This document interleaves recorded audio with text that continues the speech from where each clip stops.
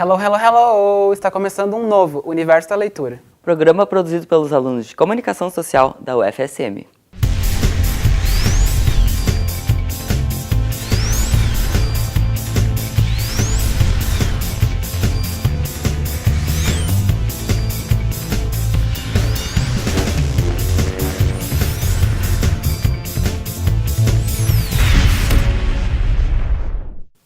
O programa de hoje está sickening, mudanças e novidades. É isso que vocês irão ver aqui hoje. Estamos com um novo formato e a partir de agora os programas terão temáticas mais amplas.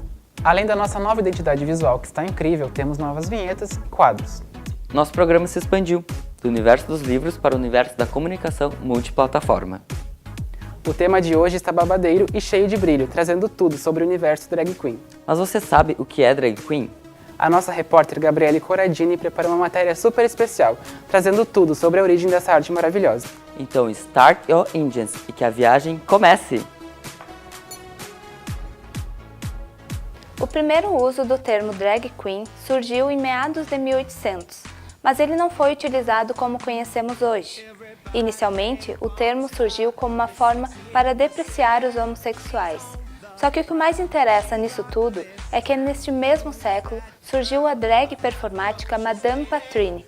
Ela cantava e se montava tão bem que muitas vezes foi confundida com uma mulher. Mas o significado de drag queen se tornou mais específico ainda no século XIX. Mais do que designar um homem que se veste de mulher, o termo designa uma arte que foi muito visualizada no cenário teatral, época em que as próprias mulheres eram proibidas de realizar apresentações. Um exemplo moderno desse caso pode ser visto no filme Shakespeare Apaixonado, que mostra justamente os homens no palco vestidos como mulheres. Aliás, os primeiros homens a sair na rua vestidos assim foram Frederick Park e Ernest Bolton, ambos em Londres, um feito que chocou a sociedade londrina. Já na virada do século XX, a performance desempenhada pelas drag queens viraram fenômeno nos pequenos teatros da Broadway. Em 1920, essa arte começa a se alinhar com a comunidade LGBT, principalmente devido aos drag balls, que representavam as grandiosas festas nas quais a maioria dos homens comparecia vestidos de mulher. Essas festas tornaram-se tão frequentes que esse período ficou conhecido como Pansy Craze. Esse movimento se espalhou também em Nova York, Paris, Londres e Berlim. Nos anos 50 ocorre a evolução das drag queens, que encontravam no mercado maquiagens de mais qualidade. É aí também que entre as drags começam a ficar populares as imitações de celebridades. Inclusive a artista que mais foi imitada foi a Marilyn Monroe. No final da década de 60, a comunidade gay começa a lutar pelos seus direitos, e isso fez com que muitas drags participassem das manifestações. Com o nascimento das paradas gays na década de 70, surge a oportunidade das drags ganharem mais destaques entre o público em geral. Os maiores sucessos das drags foi durante os anos 80 e 90, e hoje o movimento está despertando mais uma vez uma grande fama. No Brasil, algumas drags tornaram-se tão conhecidas e íntimas do público brasileiro que viraram presenças indispensáveis em eventos sociais. Hoje, a drag no Brasil que despontou com maior sucesso no último ano é Pabllo Vittar, vocalista da banda do programa Amor e Sexo. Neste ano, a artista lançou seu primeiro álbum de estúdio. Além disso, também realizou parcerias com outros cantores. Quem popularizou ainda mais a arte foi RuPaul, um ator, drag queen, modelo, autor e cantor americano, que se tornou o maior símbolo drag dos Estados Unidos. Foi devido ao seu sucesso que, em 2009, estreou o reality RuPaul's Drag Race. Lançado nos Estados Unidos, o programa se tornou um fenômeno mundial, que foi responsável por inspirar cada vez mais o universo drag queen. 14 candidatas que precisam costurar vestidos temáticos em poucas horas, dançar peças da Broadway sobre saltos 15 centímetros, além de cantar, desfilar, atuar e dublar em frentes a renomados jurados da música, do cinema, televisão e também da moda. Em cada episódio, uma participante é eliminada, até restar apenas uma drag queen que levará o título. Apesar das drags significar uma arte que se desprende da questão de gênero, dentro do movimento há espaço para discussão de temas como sexualidade, machismo, homofobia e outros preconceitos que são visualizados na nossa sociedade. Se você ficou interessado em descobrir um pouco mais sobre essa arte, fique ligado na próxima temporada do RuPaul Drag Race. O programa fez tanto sucesso que já está com a sua 10ª edição confirmada. Até a próxima! Depois dessa matéria cheia de carisma e uniqueness no Urban Talent, eu percebi uma coisa. Não havia muitas drags brasileiras. Você percebeu também, Leona? Percebi isso sim, mas é que a nossa repórter Ariane Teixeira preparou um quadro especial sobre o cenário drag nacional. Isso é muito importante, afinal as drags brasileiras são tão maravilhosas quanto as internacionais. Confira agora o nosso Top 5, que também está de cara nova. 5, 4, 3, 2... Boa viagem, meninos. Boa viagem. Neste programa você vai conhecer um pouco mais sobre o mundo drag, inclusive conhecer as nossas rainhas brasileiras. Esse é o Top 5 sobre drags nacionais. No primeiro lugar da nossa lista está ela. Você deve conhecer muito bem Pablo Rodrigues da Silva. Com seu nome artístico e muita irreverência, Pablo Vittar tem ganhado o mundo com diversas parcerias. Mas talvez o que você não saiba é que a primeira transformação de Pablo em drag queen ocorreu aos 16 anos. Com a ajuda de sua mãe, Pablo se montou apenas com batom, lápis e extensões de farmácia. Surgia naquele momento o primeiro esboço da incrível drag queen que conhecemos hoje. O segundo lugar é dela. Considerada a primeira funkeira drag queen, Lia Clark surgiu no mundo da música em 2016. Talvez o que você não saiba sobre a dona do hit Trava Trava seja que Rael Lima de Oliveira se inspirou na ex-participante do Big Brother Brasil, Lia Kay, e na série Lois & Clark para criar o nome de sua drag queen.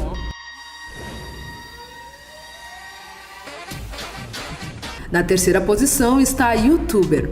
Considerada a drag queen mais pop da web, Lorelai Fox tem mais de 180 mil inscritos em seu canal. O que você não sabe sobre a personagem do publicitário Danilo da Bag é o fato de que ela quase surgiu sem querer. Lorelai Fox era a forma que Danilo havia achado para ajudar um amigo a ter coragem de entrar no mundo drag. Atitudes de uma verdadeira diva. Ainda não acabamos a nossa viagem pelo mundo drag, pois ainda falta a quarta posição.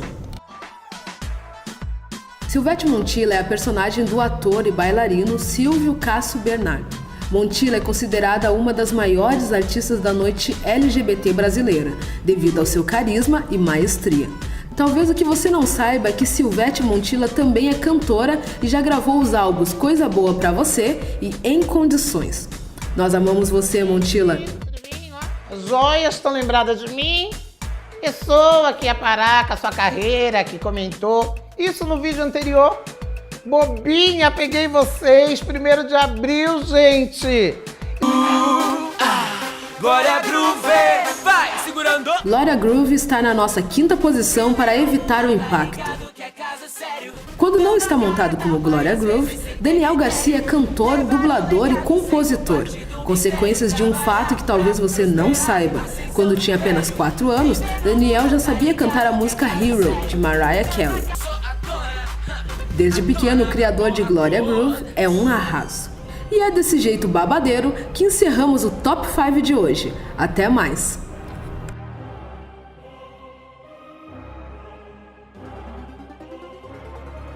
Não saia daí, que logo mais estamos de volta com esse programa cheio de eleganza e extravaganza.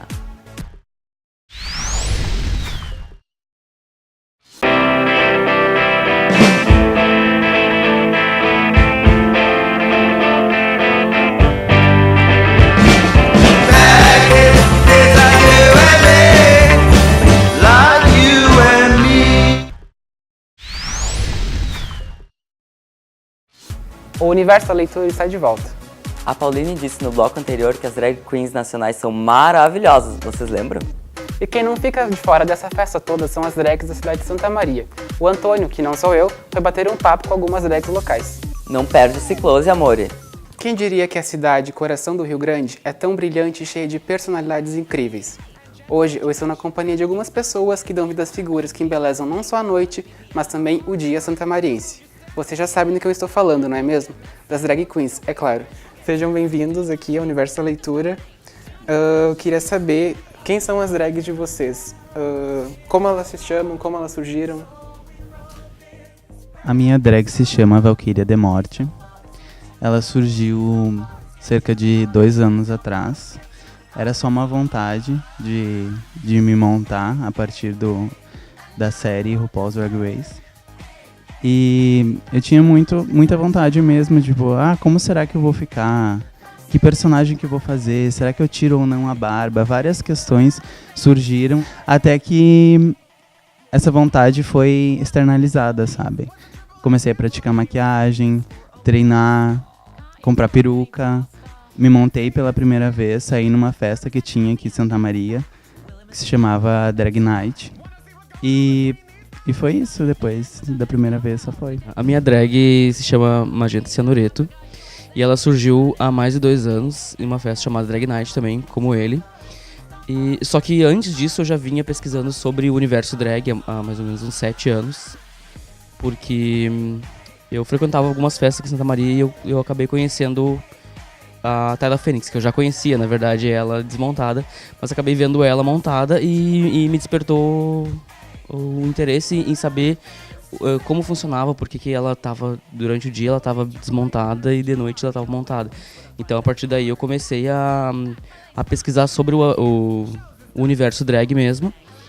E mais ou menos nessa mesma época eu acabei descobrindo o RuPaul's Drag Race. E assim, a partir de então eu acompanhei todas as temporadas.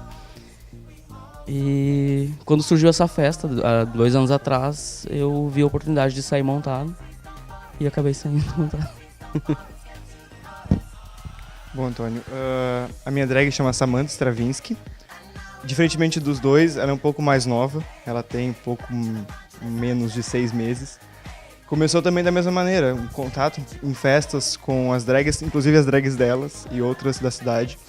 E mais recentemente, através do coletivo Manifesta, que é um coletivo que recentemente ingressou no universo, trouxe o universo drag um pouco mais de visibilidade. A gente teve uma festa e foi a primeira vez que eu saí montado também. E a partir dali só foi mais e mais e mais. O que as drags de vocês representam na vida pessoal de vocês? Longe da arte da peruca, da maquiagem, do salto? Que referências a Magenta, a Valkyria, a Samantha trazem para a vida de vocês, como Rodrigo, João, Igor? Olha, mais recentemente, né, por ser algo muito, muito recente para mim, muito do que ela me ajudou foi na questão de autoconfiança. Né? Eu gosto bastante já de falar público e não é difícil para mim isso, mas às vezes falta um pouquinho. E vestir a Samantha, né, incorporar a Samantha, ela traz essa máscara de confiança pra gente muito grande. Uma questão um pouco também de autoconfiança com o corpo, porque às vezes a gente usa algumas roupas que são um pouco mais, como eu posso dizer, ousadas, e isso traz um pouco mais de confiança pra gente do ponto de vista pessoal. Além de ajudar bastante a conhecer esse lado artístico da gente. Bom, é meio difícil não associar drag à peruca, à montação em si, né? Mas o que me mudou bastante, o que acrescentou na minha vida, foi a parte de pesquisar, de aprender a fazer coisas sozinho, sabe? Editar música, editar vídeo, a fazer perucas, a fazer roupa, sabe?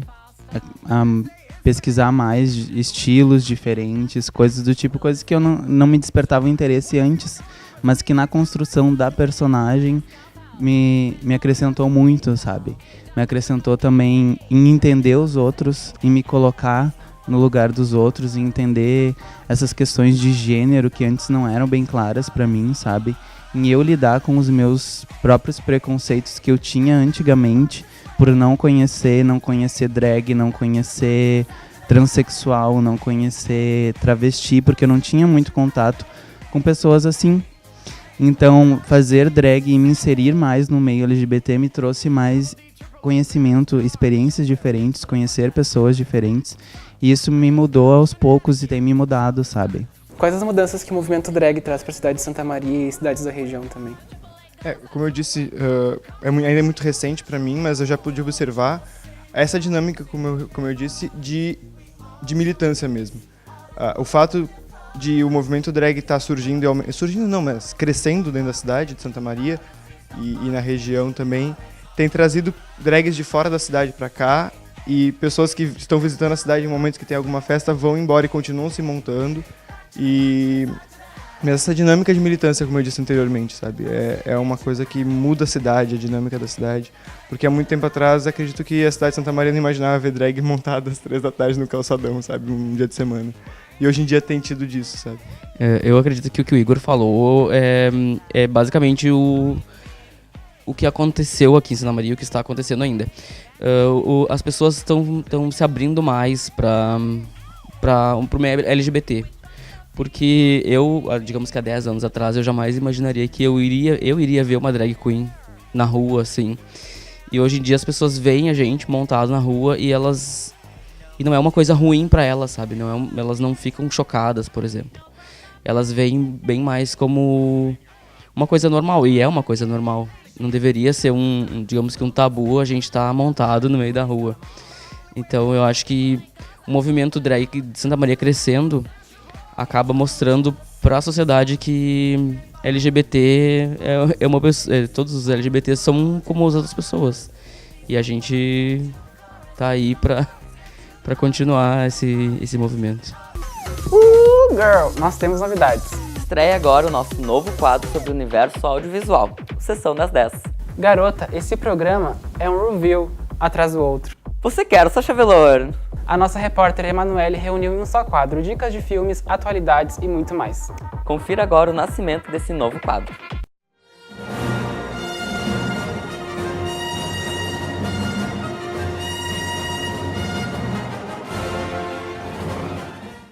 Olá, pessoal! Como vocês já devem ter percebido, o universo da leitura tá de cara nova e também tá de quadro novo. Então pega a pipoca, que esse é o Sessão das 10, um quadro onde a gente vai falar sobre audiovisual. Esse quadro vai falar sobre cinema? Vai. Vai falar sobre séries? Vai. Vai falar sobre animação? Vai. Vai falar sobre livros? Não vai. Isso é com o Bruno, lá no Metaforizando Pensamentos. Mas, se o livro tiver a ver com o mundo da sétima arte, daí a gente pode trazer aqui, combinado? Como a temática desse programa é drags, a gente não poderia deixar de trazer um filme que é um clássico e você provavelmente já ouviu falar, Priscila, Rainha do Deserto. Esse filme conta a história de Felícia, Mitz e Bernadette, 3 drags que atravessam o deserto da Austrália até um resort onde elas vão fazer uma apresentação. Ué, mas não tá faltando uma Priscila aí? Sim, tá, mas Priscila não é o nome de uma pessoa, e sim do ônibus onde elas estão viajando. Esse filme foi lançado em 1994 e até hoje uma grande referência para o cinema. O diretor desse filme, Stephen Elliott, já falou que a ideia para essa história surgiu de uma viagem dele para o Brasil no Carnaval de 89. Outro filme que você provavelmente já ouviu falar é Pink Flamingo. Nesse filme a gente nem vai entrar em muitos detalhes, porque como eu disse para pegar pipoca antes, eu não quero que você passe mal comendo ela. Pink Flamingo conta a história de Divine e sua família em busca do título de pessoa mais asquerosa do mundo. Esse filme é de 72, no tempo que as pessoas ainda precisavam ir até o cinema se elas quisessem ver alguma coisa. E existe uma lenda que diz que alguns cinemas colocaram saquinhos para vômito de tão asqueroso que o filme é. Esse filme tem incesto, zoofilia, coprofagia, e se a gente fosse listar todos os absurdos que aparecem nele, quem ia precisar de um saquinho desses era eu. Fugindo completamente da bizarrice, mas ainda no clima documental, Pageant é um documentário que conta a trajetória de diversas drags no concurso Miss Gay América. Nele aparece diversas drags, suas famílias e todo o trabalho que há por trás de tanto paetê e purpurina. Aparece inclusive algumas drags que mais tarde iam ficar muito famosas por participar de RuPaul's Drag Race. RuPaul, que dispensa a apresentação. Agora, além de apresentar o reality show RuPaul's Drag Race, ele também vai ganhar uma série de ficção que conta a vida do apresentador desde a década de 80 até os dias atuais, com produção do J.J. Abrams. Sim, o cara do Lost. No Brasil, o pessoal gosta tanto de RuPaul que já tem até produtora comprando os direitos para fazer uma versão totalmente nacional do reality. É isso aí, vamos torcer para que saia logo. E se você gosta de moda ou biografias, então Kinky Boots é o filme certo para você. Esse filme é baseado em fatos reais e conta a história de Charlie, um cara que herda a fábrica de sapato dos seus pais, mas está à beira da falência. É aí que ele conhece Lola, uma drag que se apresenta em uma boate, e juntos eles desenvolvem um tipo de sapato que dá vida nova à fábrica. Esse é o filme ideal para assistir no domingo de tarde com a família, porque além de ser engraçado, ele toca em questões muito importantes de uma forma bem delicada e sensível. E a gente não podia encerrar sem falar de um filme brasileiro. O Casamento de Gorete conta a história de um menino que é expulso de casa pelo pai homofóbico e acaba assumindo a identidade de Gorete. Gorete se torna uma radialista muito famosa na cidade fictícia de Pau Torto. É um filme muito legal pra gente pensar as mudanças do cenário brasileiro na produção audiovisual. Bom, como dá pra ver, conteúdo audiovisual sobre drags é o que não falta. Produtos que causam estranhamento, riso, choro, mas que com certeza nos lembram que existem diversas formas de ver o mundo. E aí, esqueci de algum filme? Assistiu uma indicação nossa e gostou? Conta pra gente lá na página do Facebook do Universo da Leitura. É isso aí e até o próximo Sessão das 10. Quanta coisa diferente, não é mesmo? Vamos dar uma pausinha para um rápido intervalo e logo estamos de volta.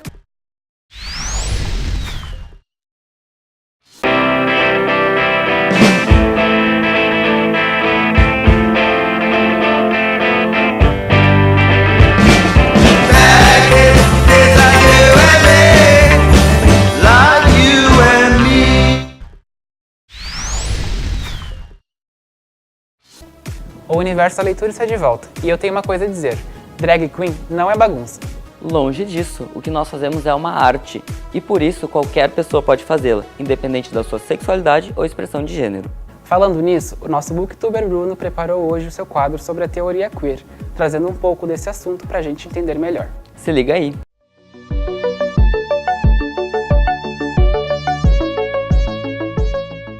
Olá para você de casa, aproveitando o tema de hoje, vamos falar sobre um livro chamado Problemas de Gênero, Feminismo e Subversão da Identidade, lançado em 1990 pela escritora Judith Butler. Esse livro então vai falar sobre gêneros e sobre o gênero feminino principalmente. A Judith vai lançar algumas perguntas, por exemplo, o que é ser uma mulher? Será que uma pessoa, por ter uma vagina, é mulher automaticamente? Então esse é um dos pontos que ela vai se apoiar para lançar essa tese para a gente desconstruir muitas coisas. Outro ponto que a Judith vai falar nesse livro é que o nosso gênero é construído socialmente. Isso quer dizer, a gente diz quem é homem e quem é mulher. Mas você se lembra que lá em 1949, a Simone de Beauvoir lança a seguinte frase pra gente, que é memorável até hoje. Não se nasce, mulher se torna. Então esse é um dos pontos que a Judith vai falar mais a fundo. Então uma das ideias da Simone de Beauvoir é que na nossa sociedade, historicamente, a gente criou o seguinte pensamento. Que você ter uma vagina te torna automaticamente mulher e você ter um pênis te torna automaticamente homem. Porém, a identidade de gênero, que é como a gente vivencia o mundo e como a gente se vê nele, é muito maior que isso. Outra questão que a Judith vai falar também é sobre o mundo falocêntrico. Aí você deve estar se perguntando, o que seria esse mundo falocêntrico? Seria basicamente a gente ter toda a atenção do mundo ao redor do homem. Por ele ter um pênis, é um dos pontos, que ela vai falar. E isso Freud mesmo falava, no tempo dele, que a gente, homem, por ter um pênis, é superior naturalmente à mulher e por ter mais força também física. O que a gente vê, ultimamente, que está caindo por terra, que uma mulher tem tanto potencial quanto o homem para fazer qualquer coisa. Então a gente até hoje vê muitos homens achando que a mulher, por ser mulher, é fraca e não consegue fazer o que o homem pode fazer. Isso a Simone de Beauvoir vai pontuar muito no livro dela também, no Segundo Sexo. Ela vai falar o seguinte, que sim, a mulher fisicamente é mais fraca que o homem, mas a força só vai ter resultado e importância numa sociedade onde tem poder e dominação. Se os homens não fossem assim, querendo dominar tudo, e as mulheres, não teria por que ter essa distinção entre gêneros. Os dois se ajudariam, como no início da sociedade era, isso a Simone também vai falar. Mas ela diz que com o passar do tempo, o homem vai querer então ter mais campos, vai querer ter mais poder no comércio e em todos os setores. E aí, nesse momento que ele vai fazer mão da mulher e vai botar ela dentro de casa e vai fazer também mão da escravidão, E vai botar os homens negros ou indígenas, ele vai tentar para trabalhar para ele pensar só no lado político sem fazer o trabalho braçal. Essa distinção entre gêneros que eu falei até agora, contextualizando a Simone de Beauvoir, a gente costuma não aprender. E por que a gente não aprende? Por causa que a sociedade, muitos setores da sociedade, querem que a gente continue levando essa lógica do falocentrismo, de achar que o homem é superior à mulher por ser homem. Agora para você ir de casa também que está me vendo, se você é homem, hétero e branco, não fique com ódio de mim. Na verdade, esse sistema todo é regido principalmente por vocês, homens brancos e héteros. Mas é algo que acontece que a gente tem que parar de fazer. É por isso que movimentos como o feminismo incomodam tanto, que agora o homem não é mais o centro das atenções. A mulher também está vindo aí mostrando que ela tem tanta força quanto ele. Aí a Judith vai falar também sobre o Foucault, que foi um grande estudioso e que estudava sobre gêneros. Inclusive a gente também na comunicação estuda bastante ele. Ele chegou a estudar um caso muito famoso do Hercule Burden, que foi uma pessoa intersexual. Agora eu lanço a pergunta para você. O Hércules tinha 2 genitálias, ele nasceu então com vagina e com pênis. Se a gente fala o seguinte, que um homem é homem por ter um pênis e uma mulher é uma mulher por ter uma vagina, o que o Hércules era, né? Era homem ou mulher? Então o Foucault vai falar muito sobre isso, inclusive o Hércules, a gente vai saber que se identificava como mulher, né? Ele tinha as 2 genitálias, mas queria ser tratado como mulher. Então ele tinha, né, um nome feminino. Mas as pessoas no tempo dela, no caso, não identificavam ela assim, eram muito ignorantes e acabou a história dela com suicídio. Então já dá para perceber que há contradições, né, quando a gente tenta encaixar as pessoas nos gêneros masculino e feminino.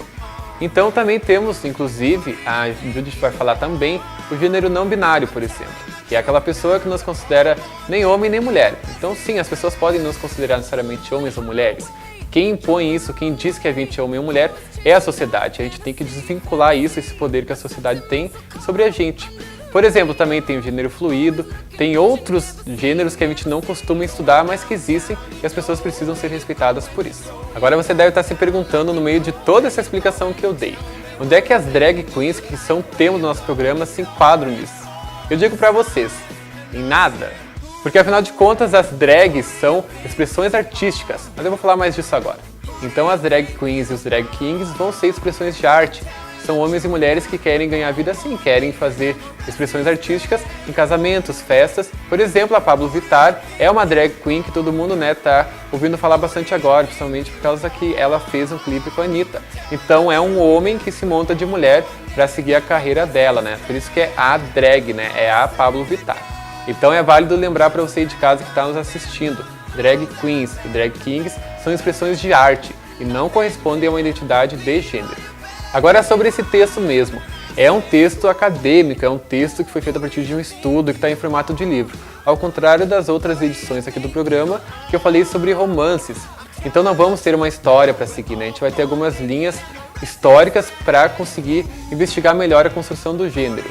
Aí a Judith vai falar sobre feminismo, identidade de gênero, a diferença entre orientação sexual, que é por quem a gente se apaixona, por quem a gente se atrai, da identidade de gênero, que é como a gente se vê no mundo. E sim, a gente às vezes não se vê como homem, como mulher, que é o que o mundo quer nos fazer acreditar.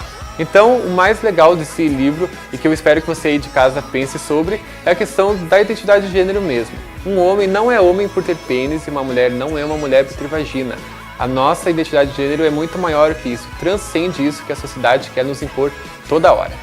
Então eu espero que você tenha gostado do quadro de hoje, em novo formato, espero que tenha gostado do programa e que a gente, né, se veja no próximo episódio. Inclusive tem o campo de comentários aqui no YouTube, que vai estar no YouTube posteriormente, e você pode me dizer, né, o que você achou desse quadro hoje e sobre o livro que eu falei. Até o próximo programa, tchau!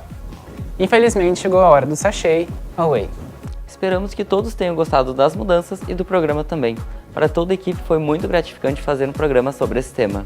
E principalmente para nós foi muito importante participar desse programa, apresentado por drag queens e transmitido pela primeira vez na UFSM. Mas não fique triste, o próximo programa também vai estar incrível. Siga a nossa página no Facebook, que também está cheia de novidades, e não deixe de se inscrever no nosso canal no YouTube. Até a próxima!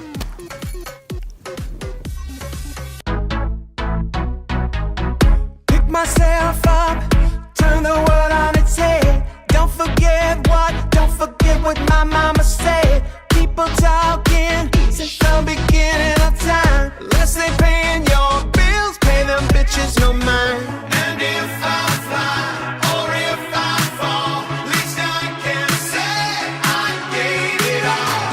And if I fly or if I fall, I'm on my way.